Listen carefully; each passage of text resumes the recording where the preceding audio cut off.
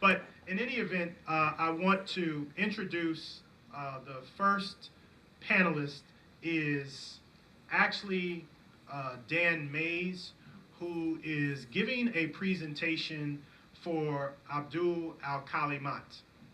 And of course, a number of you may have seen Alkalimat's, he has written an essay critiquing Mirabel's effort.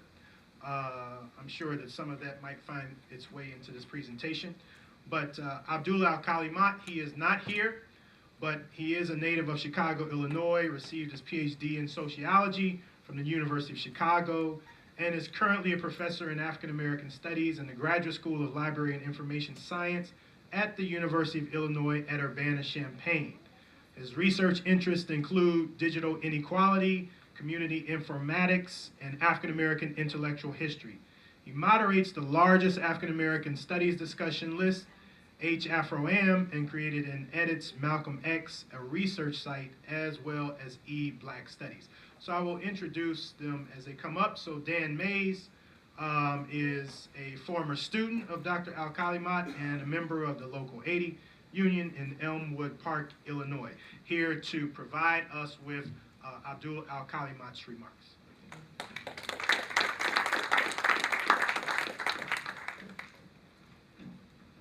Thank you very much. I was going to say most of that. There's a leaflet out there for Dr. Alkalimat. For those who are not familiar with him, you can pick it up at the front table. And I implore all of you for an expanded edition of the presentation that I'm about to make now, because we only have 15 minutes to make that, on brothermalcolm.net. You can find that on the leaflet to tell you to go to that. It's a very interesting and impelling presentation. My name is Dan Mays, as he said, and as indicated, I am representing here today Abdul Alkalimat.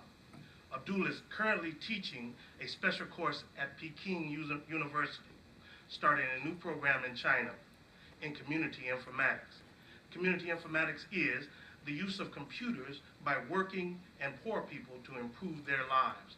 And when you go to the website, brothermalcolm.net, you can see the 10 years past work that he's done right here for black people in various states across this country over the 40 years of his academic activism in this country. Several years ago, Abdul was my teacher at the University of Illinois in Black Studies here in Chicago. And following that, we were comrades in a Black Liberation Movement organization named People's College. It is my great pleasure to be here to present this for my mentor, Abdul Alkalimat. You also can pay attention to the slides that are going to move along as I proceed through this presentation. When we speak about Malcolm X, we refer more to more than a single man. We embrace a radical tradition, as you will see as we go farther through the presentation. This embraces many ideas and movements. Sometimes these ideas and movements are in conflict. But when we make great gains, they converge in a mighty awakening of the masses of people. These movements and ideas include Pan-Africanism, nationalism, Black liberation theology, womanism or feminism, and of course, socialism. As Malcolm came into his fullness, he was a conduit for the ancestors, speaking to us from all aspects of the tradition. That is, both our foundation and our doorway to the future. As such, he was an intellectual who inspired and gave guidance to us. That is, that generation of the 1960s, especially the convergence of the Black liberation movement and the movement for social revolution. As we embraced the information technology revolution and came to understand that the virtual was becoming an essential ally to the actual, we knew that Malcolm had to be reborn in cyberspace. That's why he has the brothermalcolm.net. We have served people all over the world in the millions, including Black Studies courses. But hear me well, we need you here in this audience to continue our work. Send us info you have on or about Malcolm, and we will share it with the people all over the world. You have not had this opportunity before, but you have it now. With cyberspace, those of us in this room have a task to speak to the world. We have gathered information on the website about Malcolm's family, from his African ancestors to his grandchildren. We have also pulled together many of his words, written and spoken, but we don't have them all and need you to help us. Now is the time, as so many will pass away and we will lose the info that they have. The most important task is to continue to experience Malcolm X, and today that means video. That means we must take him we must experience him in cyberspace. Check him out and let his spirit heal and inspire. Let him take us to a consciousness that seems impossible in this age of Obama, full of illusions and technology. Now we can come to the Manning Marable book and the great debate going on about this text and what it means. We wrote a review of this book, put it on our Malcolm X website. But more than this, we have also put there over 150 other reviews of this book, so all voices can be heard. This is a Malcolm X renaissance, in spite of the weaknesses of this book. First, the question of perspective, Manning's perspective. Whose eyes do we use to see? Whom do we intend to hear us? One of the great paradigm shifts of the Black studies is to reclaim and reorientate the relationship between Black intellectuals and the community. We began to speak to and with each other without necessarily seeking the approval of white authority. We sought peer review from each other and brothers and sisters off the campus. I remember Professor Alkalimat is an academic activist, so he's speaking of things that he has lived. We wanted to understand each other and map our agreements and disagreements, find the connections of our traditions, meaning Black liberation theology, womanism, nationalism, Pan-Africanism, and socialism, and base our understanding on the dogmas and debate of these traditions. Marable says this of his collaboration with his editor, quote, Kevin and I communicated almost daily, discussing various versions of chapters in the effort to build a narrative to reach the broadest possible audience, unquote. Who are they talking about? Perhaps the most serious omission, and this is the part I was talking about, that Professor Alkalimat lived this. He's a colleague of Professor Marable. Perhaps the most serious omission in this failure to mention Preston Wilcox. Not only had Preston been a professor at Columbia University, but he was the founder of the Malcolm X Lovers Network. As a community-based archivist, for decades, he sent out mailings of the news, clippings, and the bits and pieces around the post-Malcolm Kept Alive movement. He collected these at the community level, flyers of events, petitions, documentation of naming ceremonies, debates and lectures, conferences, etc., whatever was going on in Harlem after Malcolm was assassinated. He was a longtime resident of Harlem and left his papers to the Schomburg Center. To ignore Preston Wilcox is to show no respect for that Black radical tradition. The Black community and its community-based intellectuals who have always kept the memory of Malcolm alive. The Black community has never forgotten Malcolm. The perspective of Marable's book is not the Black studies approach of respecting our own tradition. Instead, it gives us credence to such as Bruce Perry, a book on Malcolm dated 1991, which was written as a police agent's attack filled with lies and innuendo. What was Marable thinking or not thinking? We can say that philosophy is not and should not be portrayed as a mystery, but something that anyone and all of us can master and used in our day-to-day lives to benefit our daily lives. This is clearly a different approach to philosophy than the archaic approaches usually associated with philosophy as an academic discipline. For our purposes here, there are two fundamental philosophical questions. Number one, how do we know something? This gets at our grasp of material reality. We all think we know some things, so how do we know what we know? Number two, and so what?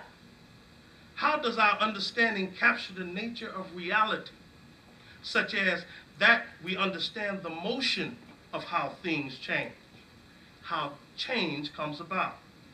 In this regard, Marable sets a high standard for this book. Quote, Marable speaking, "My primary purpose in this book is to go beyond the legend, to recount what actually occurred in Malcolm's life," unquote.